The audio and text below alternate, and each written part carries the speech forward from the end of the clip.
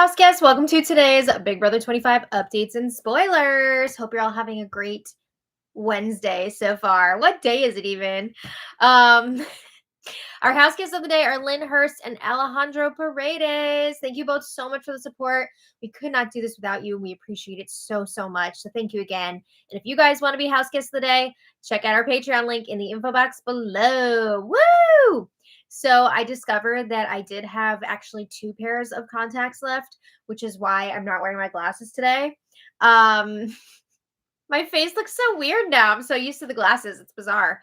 But before we get started, I also want to thank yesterday's Super Chatters because that's another fantastic way to support our channel. So Mary Ellen L., Robin Sumner, Callie, Camila Gamba, Angela H., Christine, Brian Hitzone 37, Jack D65, Dawn MH302, Jessica Noe, Laura Dalton, Esther Rodriguez, Autumn Pond, Justin Tanner, Christian Torres, Benjamin, and Rick Fountain. Thank you all so much for your super chats. All right, we have some things to talk about today. When we left off yesterday, a flip was in the air, right? We've come to expect this now pretty much every week. There's always talk of a vote flip. Will it ever stick? Maybe. So we've got Red and Jag up on the block. And, like as we saw play out, Jag pretty much became the target for the week as he was going up as a replacement nominee. He was intended to be the target when he was put up on the block because Sari was worried that Jag would never trust her or her group again after they blindsided him last week with the 10-0 vote. Sari was also nervous that Jag was trying to form an alliance to target her and her group. And she was like, we can't have this. And Jared was like, yes, mommy, whatever you say. Jared, no, I keep mixing up Jared and Jag. Jag is not aware that he was the target this week. Everyone's telling him you're just a pawn. He even gave Jared permission to put him up on the block. Jag is saying, this is my way of showing the 7 deadly sins that I am loyal to. Yikes. They weren't loyal to you. But everything was on track to evict Jag. And then Jared started getting antsy. Red had a conversation with Jared. And Red was wanting to know exactly what Cameron said to throw him under the bus this week. Now, this is interesting because we still haven't really seen video evidence, from what I can recall, of Cameron throwing Red under the bus.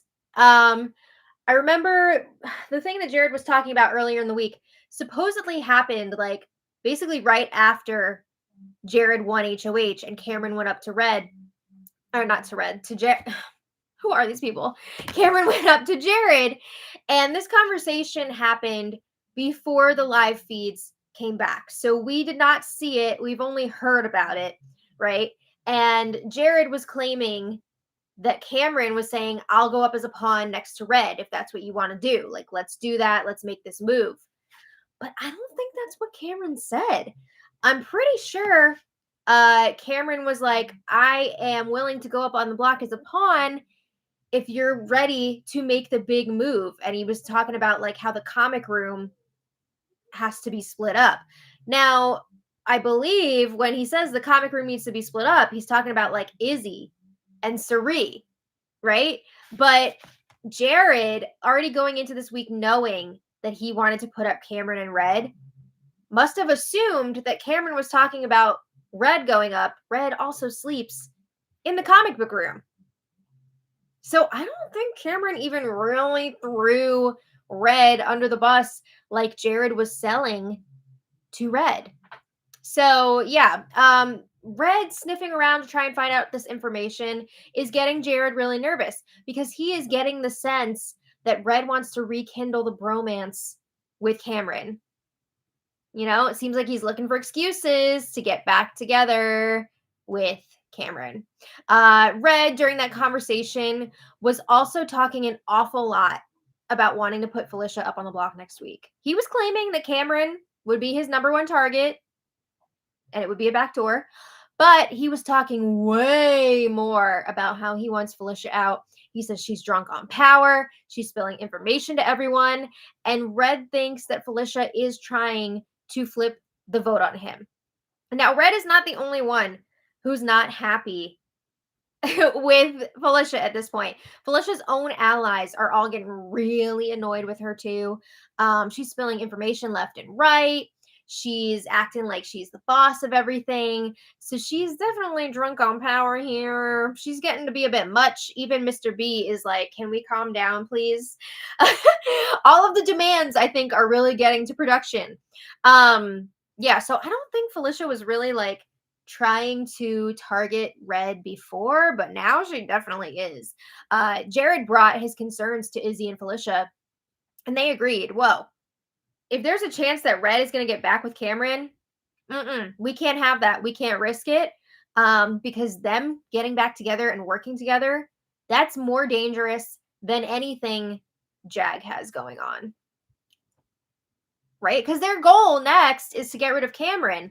So if there's a chance that Red and Cameron are going to get back together, no, not good for them. So yeah, this fear spread throughout the rest of the For Real Alliance, right? Jared, Felicia, Izzy brought this to everybody else to see what they think. And it seemed like pretty much everybody was on board for Red to be the new target. So he is the current target of the week.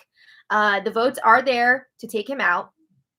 It's just funny because, like, I thought Sari and Felicia were all like, oh, we can't evict sweet baby Red on his birthday. We can't do it. No. And now they're just like, he can go. Throw him in the trash. So they started his birthday off yesterday with breakfast in bed. And this was all still pre-flip, right? He was really touched by it. He even like cried when he was alone. And maybe Sari and Felicia are feeling like if we can make Red's birthday special enough, then by the time Thursday rolls around, it's not going to matter if we vote him out. Like, it's not like it's his actual birthday that he'd be leaving on. Damn. All right. So anyway, let's talk about some new stuff. Jared and Corey have a quick chat in the HOH room. And at this point, like I said, the vote has flipped for Red to go. Or at least that's the direction that they're leaning in, right? They don't want to solidify anything until the last damn minute. So Jared basically says, in order to pull off this flip and get rid of Red, we need to know that people are still going to be targeting Jag in the next few weeks, right? Because people, meaning Sari, Izzy, and Felicia, are not going to be comfortable keeping Jag around if he is not a target for like America, Matt, Blue, right? Because people are worried that Jag has all of these connections waiting to work with him. So Jared tells Corey, you work on America and make sure that she would target Jag if she wins HOH. She should not be targeting Jag. I really hope if America wins HOH, she would not be targeting Jag, because that would be a big mistake. But anyway, we know that America knows what's going on. I just don't know if she would have the backup to be able to make a big move like she would want to. But anyway, Matt and Jared chat on the hammock. And Jared says, it seems like Red wants to be friends with Cameron again. Matt agrees. Everybody knows that Cameron would take Red back in a heartbeat, right? Because he doesn't even know what he did wrong. Because it seems like he didn't turn on Red. These freaking names. But it's up to Red here if he wants to get back together with Cameron. So Matt says, this is why one of them needs to go. We can't have this. So Jared says, yeah, Red's got to go this week. Matt agrees. Now, of course, Matt didn't want Jag to go anyway, right? He's been wanting Jag to stay. So he's like, oh, yeah, we're on Red leaving? Cool. Sounds great. So Jared says, people are scared, though, that Jag is too protected. And he says, Mimi feels like, blame it on somebody else. Mimi feels like you, meaning Matt, Blue, and America would never put Jag up on the block if you were to win HOH. And Matt's like, that's funny, because if I do win HOH next week, I would put Jag up. Would he really? Nobody's buying this. But Matt is saying, yeah, I would put Jag up on the block because I know that's what needs to be done. He says Jag is a shield for us moving forward, but I'll do what needs to be done. Also, he says if Jag wins HOH, he can do our dirty work for us. So it's the best move to keep Jag over Red. So Matt says he wants to let Cirie and Felicia know he is here to protect them. He wants to get some sort of 4 going with Matt, Jared, Cirie, and Felicia. I don't know about that group. But Matt says people are starting to say Cirie and Felicia's names, or at least Felicia's name, and he wants those 2 to know that they can trust him. Matt is saying he wants to go to the Final 4 with Cirie, Felicia, and Jared's acting like he wants that too, but we know Jared does not want that. He definitely doesn't want Matt sticking around that long, and he's not really wanting Felicia around that long either. It seems like Felicia's allies are ready to get rid of her in the next few weeks. So Matt and Jared discuss their targets moving forward. Of course, they want Red out this week. Next week, Cameron, and then Jag. We'll see if that all plays out. But Matt says he knows for a fact that Jag will try to form some sort of alliance with him, Blue, Corey, and America. So he's got to go. So he says, yeah, they're going to be doing that soon. And Matt wants to tell Cirie and Felicia about it so that they know that he would choose them over this group that Jag is trying to put together. Is that smart, Matthew? I don't know. Meanwhile, I'm going to say no, but anyway, meanwhile, Cirie and Jag have a chat in the comics bedroom, and Cirie is reassuring Jag, you're staying, we've got the votes, and it's just funny because this is like not long after the vote flipped, and Cirie just wastes no time going right to the person and being like, I got you, I got all the votes for you.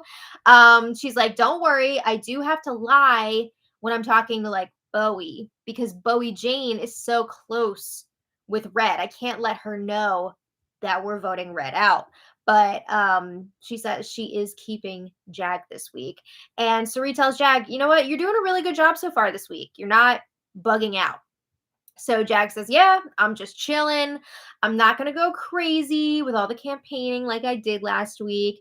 And Cirie admits, yeah, your campaigning last week was exhausting. It was a lot. It was impressive, and I gave him props for it, but it was a lot. So then, anyway, Cirie tells Jag, you really need to win this next HOH. And Jag says, yes, I have a fire lit under me to win this thing. Right? And Jag is saying he would target Cameron. Okay. Anyway, a little later, Jared and Cirie have a check-in with each other. And Jared said, he feels like Mimi is leaning more towards Jag going. Here's some Mimi mentions. I know everybody was asking about her. He says Mimi thinks that Jag has too many people protecting him. So this is what we were hearing him talk about earlier with Corey and Matt. So Jared says, Matt is claiming that he would put up Jag if he wins HOH. And Cirie and Jared agree they do not believe that Matt would actually do that. It'd be pretty wild if he did. But I also wouldn't be shocked because Matt seems still super loyal to Cirie, even though he's caught her in multiple lies. Yeah, but he's super loyal to Cirie, so he might actually do that. But they feel like Matt has been lying a lot lately. They feel like he's been kind of shady. Jared says Matt also told him that Jag wants to put together a group with Matt, Blue, Corey, America, and possibly Jared. Jared didn't really seem sure if he was even included in that. So they feel like Matt is saying anything he can at this point to save Jag. Because again, if Matt was saying that Jared was included in that, then it's like incentive for Jared to want to keep Jag around. But they figure Matt probably just doesn't want his power usage from last week to go to waste. Yeah. Also, I think he realizes that Jag is a better number for him than Red. But anyway, Cirie says Red's got to go. The fact that he wants to talk with Jared and Cameron together about what Cameron said this week, she says that's a no-go.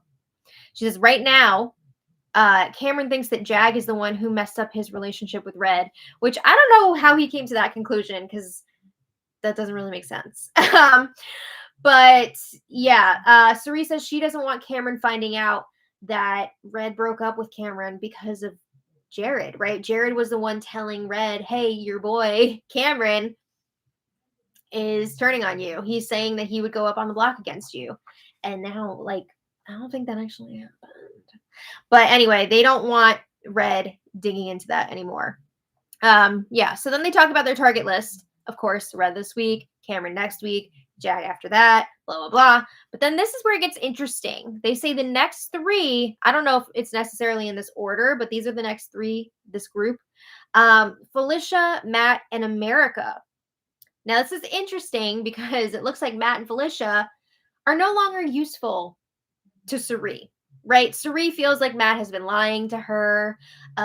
Felicia has been running her mouth. Cerie feels like Felicia is throwing her specifically under the bus to people. So she has no use for them anymore. So they are moving up on the target list. And you may also notice that Corey, who was really high up on the target list before, is not really being mentioned as a target now, right? So she doesn't seem concerned about Corey at this point, and she feels like he's useful to her again. Interesting. Okay, so then Jag chats with Blue and Jared in the HOH room. And Jared brings up, hey, I've been hearing that you're trying to get like an alliance going with Blue, Matt, America, Corey, me. And Jared says it's weird though, because like I've never been approached about being in this alliance. So like what's going on here? And Jag's like, I don't know who's saying this. He doesn't say like it's not true, but he's like, I don't know who's saying this. It's Matt the rat. But Jag says, I've been very clear that I am reliable, I'm trustworthy, and I'm rocking with the seven deadly sins. That is why I volunteered to be a pawn this week.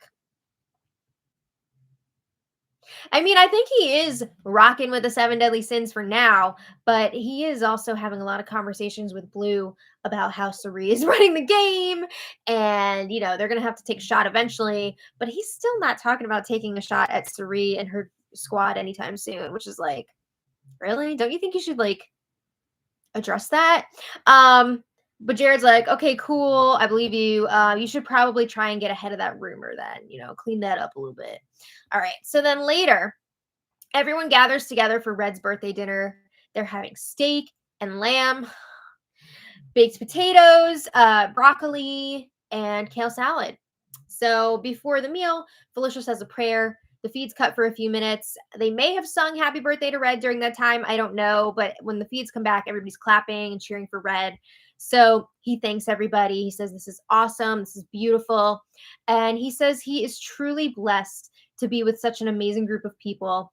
He says he values each and every one of them and their friendship. He loves them all.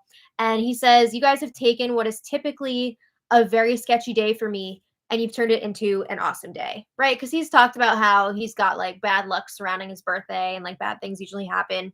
He says this is one of the best birthdays that he's had in years. That's nice, but like little does he know that a few hours earlier, the vote flipped against him. Oh, so he's got that brewing. Ugh. But anyway, after dinner, the house guests all perform some little skits that they put together impersonating Red.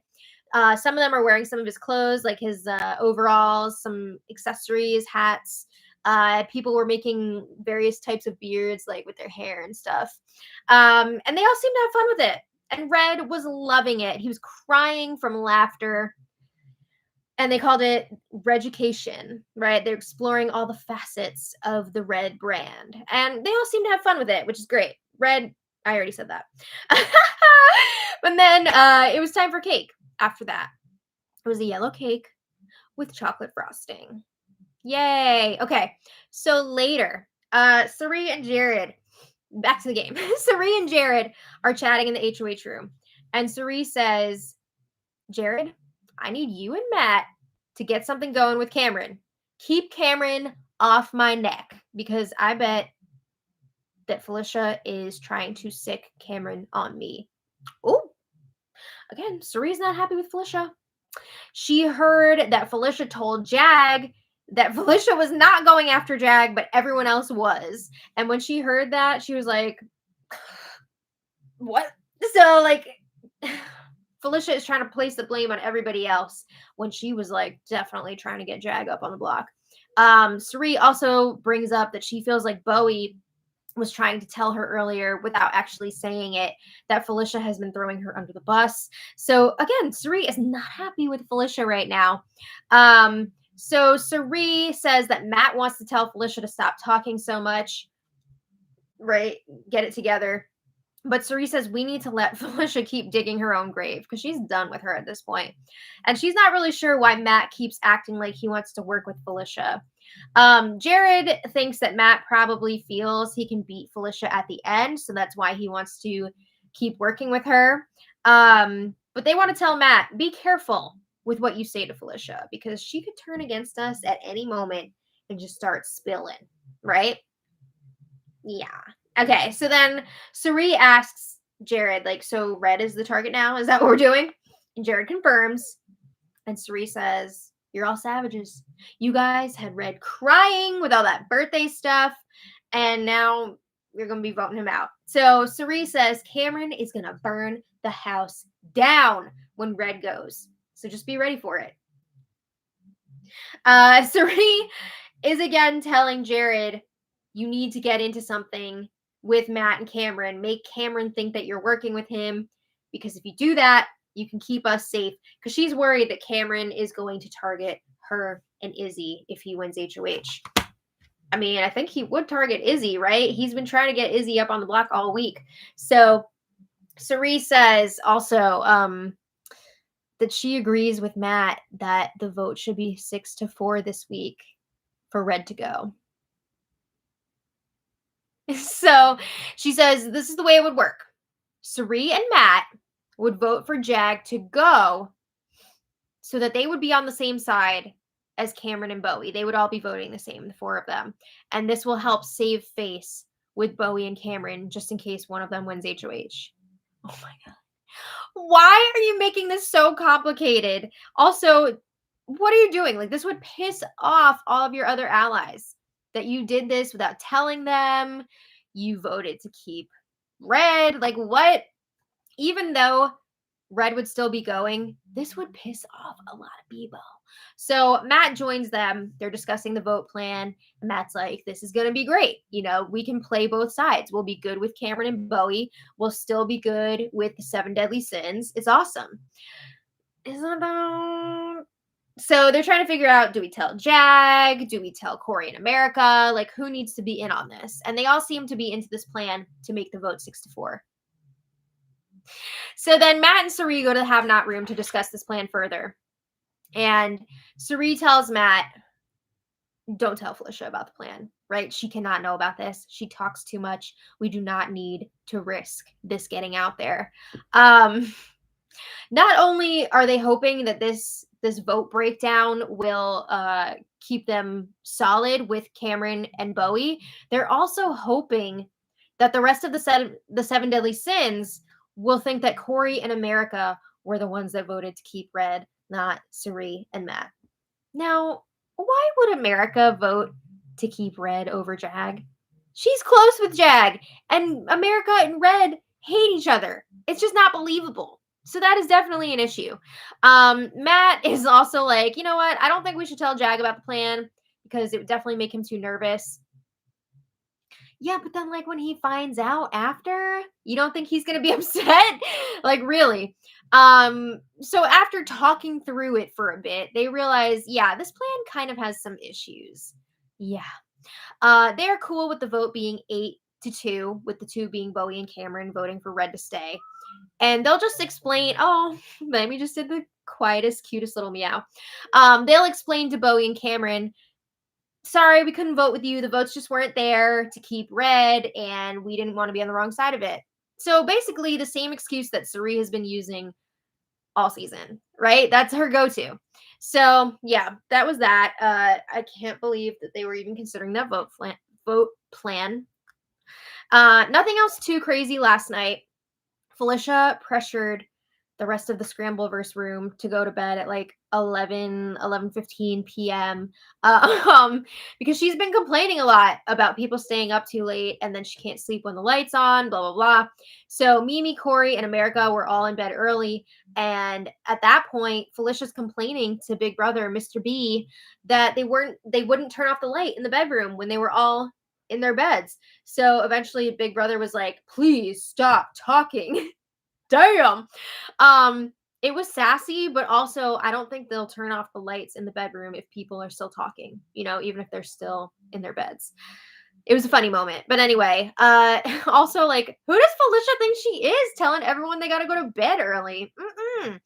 All right. So today, Izzy was thinking out loud in the storage room at one point, and we've seen her do this before. She was like, am I putting Cirie and Jared above me winning? Yeah. She says, I need them. I want them. But am I going to lose because I'm putting them first? Izzy addresses her girlfriend, and she's promising her girlfriend that every step of the way, she is doing what's best for her game to win, and she feels like she's really playing the way that she wants to play. She says, I need Cirie and Jared in this house. This house would be so lonely without them. Okay, but also, like, are you playing for them to win? She was definitely having a crisis with that today. And just like the time that she was worrying about it before, she starts talking endgame with Cirie and Jared. And this was interesting because at one point, Jared and Izzy were talking alone, and Jared was basically trying to sell it like if the three of them were at the end, or if there was a situation where they were in trouble before the end, and Cirie and one of them was on the block, he was saying like, oh, Cirie would want to leave. Like she would want us to stay because she's already done, Survivor so many times. She's been through this kind of stuff and this is all new for us. So she would want us to stay. I mean, she would definitely want Jared to stay. I don't know if she'd sacrifice her game for Izzy. I don't know about that. But he's really trying to sell it like that. Yeah, I don't know that Izzy bought all that. But anyway, that happened. Other than that, it was a pretty slow day today so far. Cirie did bring up a concern to Izzy. She was talking again about how Jag is very well connected. He's got a lot of people to potentially work with. You stop that right now. If this leads to another flip back on the vote, no. Let's stick with one idea for more than like 12 hours. But as of right now, oh wait, I also want to mention when Cirie and Izzy were talking, they were talking about next week. Of course, they want to target Cameron, right? And they want it to be a backdoor just to make sure they get the job done. But they were like, if there is a scenario where we can't get Cameron, like if he wins the power veto, is Felicia the target? Oh, so she's really moved up on the target list. Damn. That's wild. All right. Anyway, yeah, as of right now, Red is going, but who knows what's going to happen in the next 24 hours, right? We've seen multiple times a vote will flip and then it like flips back the next day. So we'll see. Neither Red nor Jag are really campaigning at this point because they both think they're safe. Hello. Oh, hi. So because there isn't that last minute scramble, thank you, with the nominees, there was like an eating competition today. There was a fashion show with Cirie trying on a bunch of her outfits. Fashion show at lunch? Yeah, fashion show at lunch. The house guests were dressing up to play like golf, but not golf. It was like Frogger? Yeah, it was some other name. I can't remember what it was now, but it was like a flog. It was a golf-esque type game. Spelled backwards. Oh. Yes, that. So they were all dressing up for that, and I think Red made a ball out of tinfoil, but he like really smoothed the edges of it, so it was like all fancy, and everybody was like, "Whoa!" It looked pretty cool. A silversmith. Yeah. So that's where we're at. All fun and games right now. We'll see if it stays that way. He's golf spelled backwards. Yes, it's just like OTEV. Yeah, exactly. Yeah. So I want to thank you all so much for being here, and I want to thank our super chatters today. So Gelsey Kane, thank you so much. Gelsey says, I wonder if the rumored winter season will happen. I've been wondering that too. I wouldn't be surprised because of the writers' strike situation and the SAG strike. So I think it's definitely a possibility. I'm curious when they would announce something like that because I want to be able to mentally prepare if that is happening. I hope it's not as awful as this one. I don't know. Maybe if they don't do a regular season with us normies, maybe they would do a celebrity season. Because, like, even though it's a SAG strike, it's like a totally different contract for reality TV. And I'm sure they would like to get the draw of the celebrities, right? So maybe they would do a celebrity season. I don't know. But this is all just like us wondering. I don't have anything to back that up. Nothing at all. So please take that with a grain of salt. But yeah, I could totally see them doing something in the winter because the strike is still going. And even when things start back up again, there's still going to be that period of time with production happening, right? Production on all these shows when they start back up. So it's going to take a while to get new things back on the air. It's possible.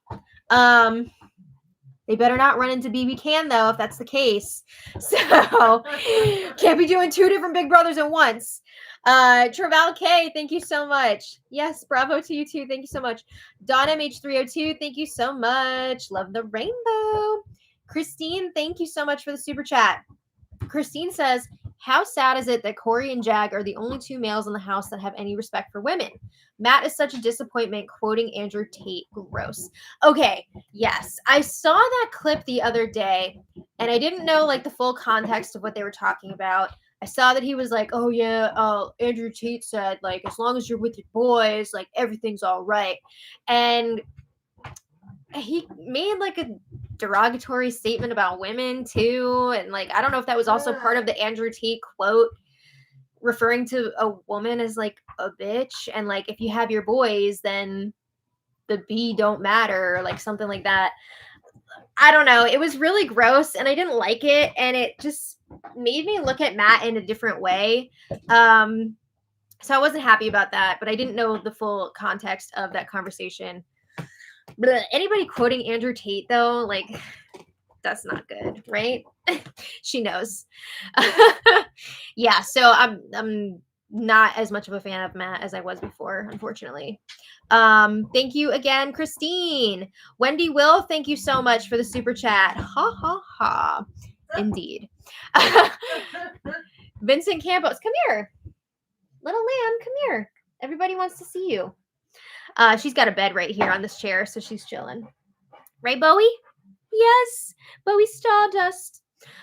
Vincent Campos, thank you so much for the super chat. He says, these power drunk HOHs are exhausting. Ugh, I know. It seems like every week, HOH-itis. It's running rampant, right? And then even like weeks later with Felicia. she's really feeling herself right now. And her allies are not. So, anyway, that's what we got today. So we have an episode tonight. So we'll be back to talk about that. Bless you. And then tomorrow's eviction day. So we'll see if anything changes. That's not Maddie farting. That's no. The dog on the road. Yeah, that would be quite a fart. I'd be worried. You might hurt yourself. Yeah. So thank you all so much for watching. We'll be back later for the recap. And until next time, much love. Bye, everybody. Arr, arr. Bye.